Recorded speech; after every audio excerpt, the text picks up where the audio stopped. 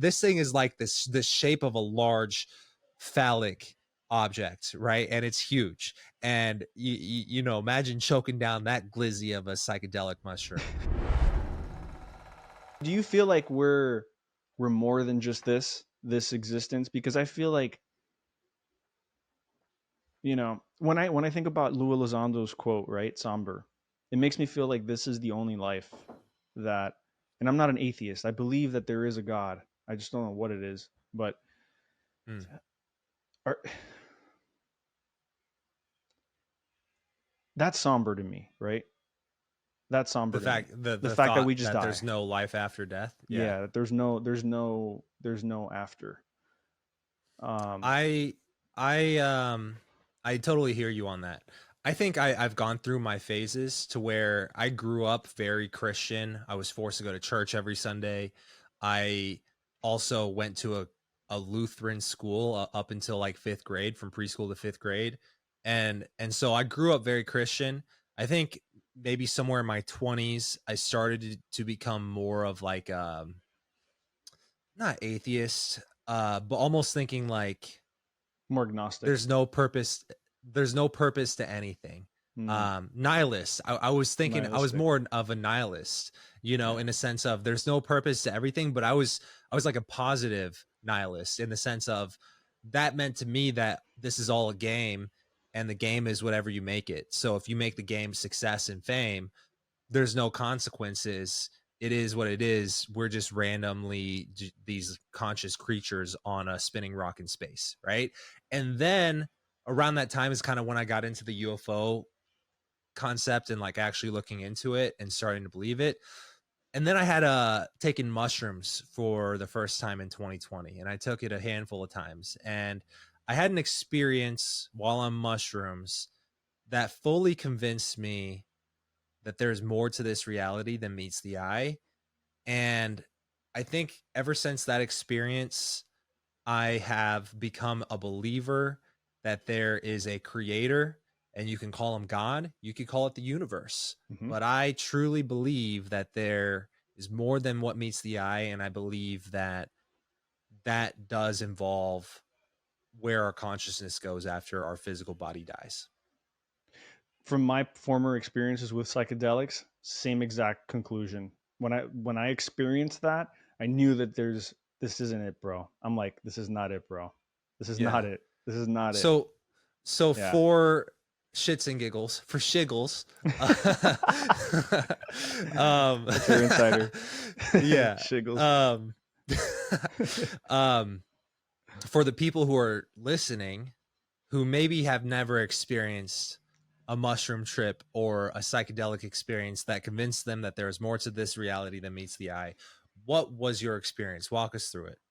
Yeah, so it was pretty brief. I mean, I've done it. I've had four experiences, real experiences, with psychedelics, particularly magic mushrooms, and like, yeah, I don't know, man. I just took them, and you do hallucinate in the way that you probably don't think you're going into it.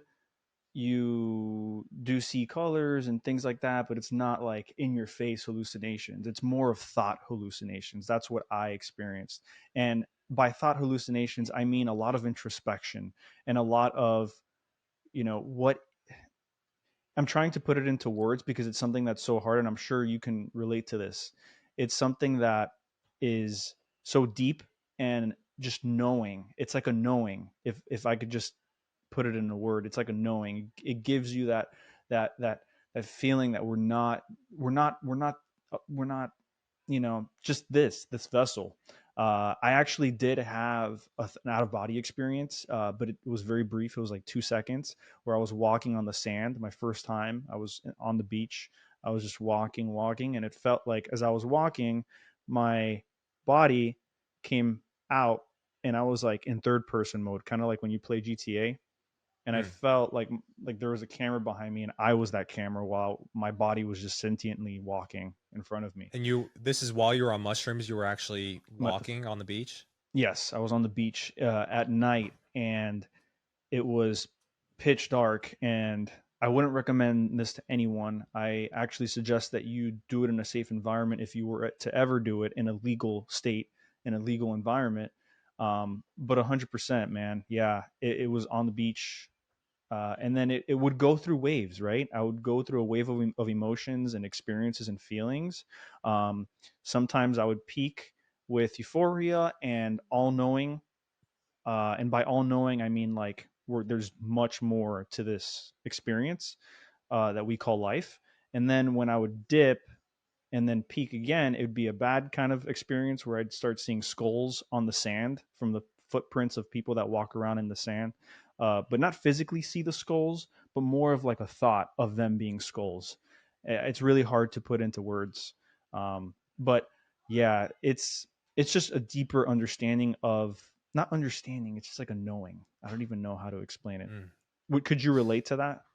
Is that what you felt? I can relate to aspects of that for sure. And I Yeah. think, and I'll tell you kind of what my experience was that kind of convinced me. But um, as far as all the stuff that you were talking about, I guess anytime I've talked about mushrooms with someone and heard about their experience, or even like on YouTube, they have like the Tales of the Trip or something, like those funny Hmm. animated videos of like comedians telling what happened to them while they were on mushrooms or something. Yeah. It seems like there are commonalities, but every trip is unique and every person has a unique experience, right? And so that's definitely a fascinating part of mushrooms. But the through line there is this all knowing universal intelligence, right? And that's something I can relate to where every time I've taken mushrooms enough to feel them, like not a microdose, it almost sounds like you're able to, it's almost like a chat GPT. You're able to ask questions or contemplate on something, and it gives you an answer. And that's not an answer that existed within your own head until it was given to you. And I think that's something that a lot of people can relate to, that feeling of being tapped into something. I guess what happened with my experience that really made me feel like there was more to this reality is me and my buddy, this is like my second time ever trying mushrooms. He busted out these chocolate bars because I told him I wanted to try mushrooms or whatever. And he bought these chocolate bars ahead of time. Right. And they were the full, like, just chocolate bars. They had the wrapper. So, like, almost like commercialized. Like, someone was making a business out of this, and they had like a full blown wrapper with like all the facts and nutrition info and stuff on it. But it basically said, if you want to get shamanic, take the whole bar or eat the whole bar. So, anyways, we eat the whole bar, the whole chocolate bar. We each have one of our own. And um to be honest, they were weak as fuck. Like, we were watching a movie or something, and you could tell that it was like I was vaguely feeling it, but they weren't really hitting. So then out of nowhere, he busts out this fucking full like Ziploc bag of like mushrooms that's like bulging. It's packed to the brim. He's like, I also have these real ones. We can eat these. And they looked disgusting. They were covered in blue, which I guess I've learned the blue like is like a bruising on the mushroom. And like that's actually the DMT that makes it turn like a bright blue. But I thought that they were like moldy mushrooms at the time. So they're not moldy, but they were large. They were very sizable mushrooms. So, anyways, we go into the kitchen, and he has like this leftover pizza that had been sitting out for 5 hours or whatever. So we just like throw it on the pizza, heat up the pizza real quick, and just chow it down. We have to choke these fucking. I mean, this thing is like the shape of a large phallic object, right? And it's huge. And imagine choking down that glizzy of a psychedelic mushroom, right? So we eat the whole bag. Gobbled that up. And yeah, we literally kill the whole bag. And I'm thinking, this is how I die. Like, I'm going to die after eating all these mushrooms. And so, anyways, we sit down on the couch. We put on quite possibly the worst movie to put on while you're on mushrooms, which is Basic Instinct. Have you ever watched that movie? I have, yeah, but I was like 9. Yeah. Bro, in retrospect, I think everybody should take about 10 grams of mushrooms and watch Basic Instinct, because it's going to be a very eye-opening experience. It's going to be very intense while you're going through it, but I Yeah. believe that you'll get a lot out of it, as I did, because you realize on mushrooms, like, basically the whole movie is just everybody's pissed off because they're stressed out with their job, which is, this guy's job is solving a murder, right? So the movie is about this murder that they're trying to solve, but every scene is everybody's just stressed out. And you notice this on mushrooms because you see it for what it is, but you don't see the emotions of it. You Yeah. remove the ego from it. So Right. all I saw was people who were stressed out about, just like, I just got to go about my fucking day, got to solve this murder. And now this fucking person just walked into the room and they're having a stressful day and they're dumping that stress on me. And now it's stressing me out because now I can't go and just fucking solve my murder and do my job, right? So that's the whole movie, is everybody getting so pissed off at each other that they start stabbing each other. Okay. So that's the movie, Basic Instinct. The mushrooms are kicking in and I'm freaking out because people are getting brutally stabbed to death. Oh my And God. uh and I realize I am like the highest I've ever been. And so I kind of like am like not paying attention to the movie for a second, and it's hitting me in waves to where when it hits, if I happen to look at anything that has a geometric shape at all, like this picture behind me is a square shape. If I looked at that, my whole world would feel like Doctor Strange was putting me in a shadow dimension where everything was just geometric shapes. Like, it would start with me looking at that square shape and the square would fall off the fucking wall, and then a bunch of like fucking triangles, squares, and circles would start falling out of this fucking painting, and my world would melt into geometric shapes of perfectly like isosceles triangles, circles, and just squares. Okay. And so once the shapes stop and I'm back in this dimension or whatever, um, I'm like, I look down and I go, yo, that was crazy.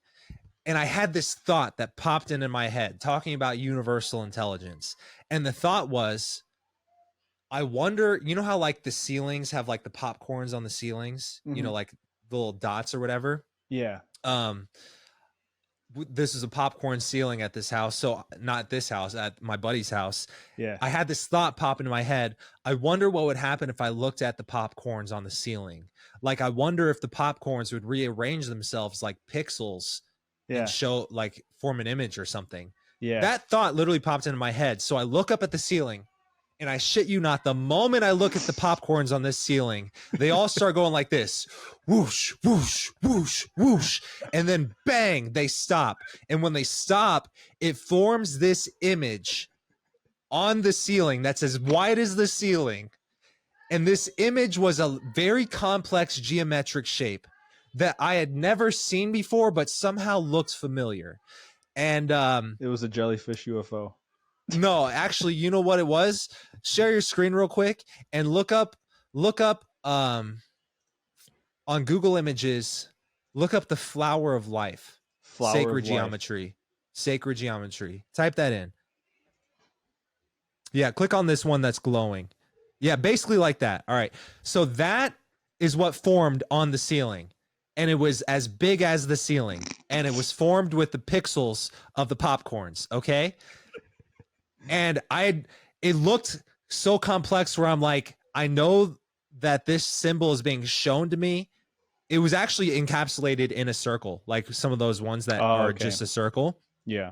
Um, yeah, just stop scrolling. So let Yeah. that sit on the screen. So yeah, so that's the shape I saw. So I look back down and I go, yo, that was fucking crazy. And then I look back up to see if it's still there, and it's the pixels do it again. They go whoosh, whoosh, whoosh, bang, and it shows me an image. Now look up uh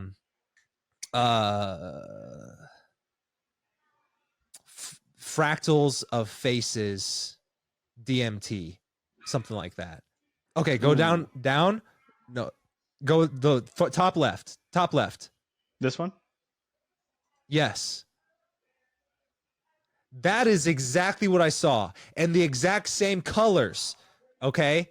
And it was on the ceiling, and it was as big as the ceiling, formed by the pixels in the fucking ceiling. All I'm right. trying to zoom it in. And it was, Wow, dude, and that's both of these crazy. images, when they were shown, they were glowing, they were holographic, and they were like pulsating like colors.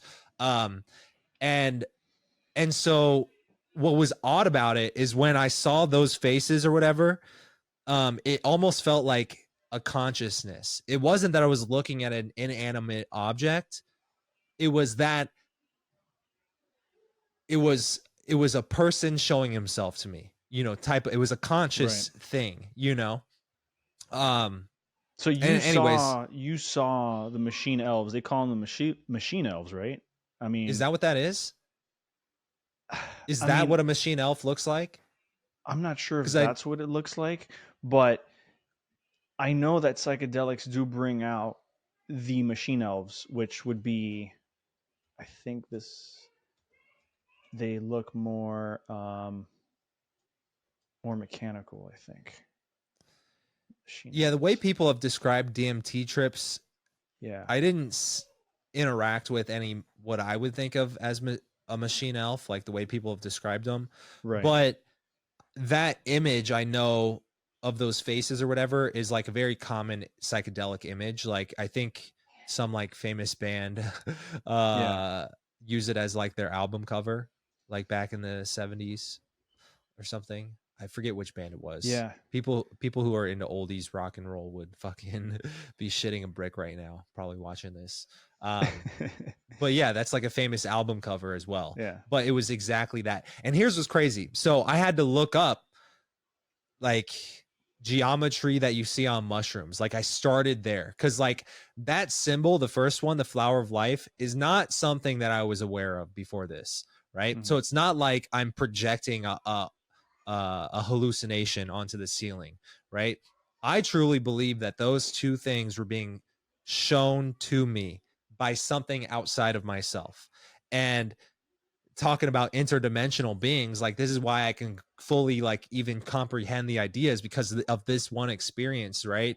But basically, when you look into what the flower of life is, one, it is the golden ratio. So it basically it predicts like the embryo, the formation of galaxies.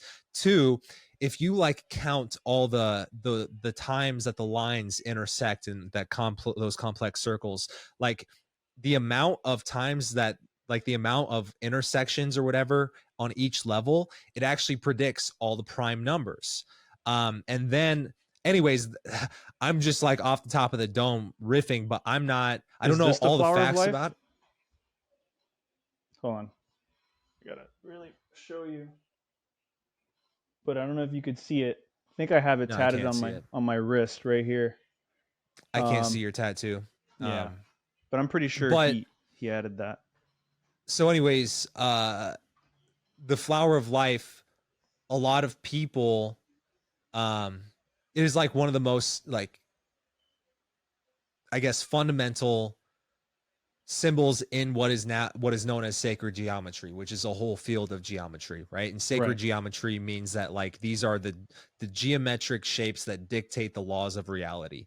And so sacred geometry is baked into the pyramids, is baked into a lot of like ancient structures.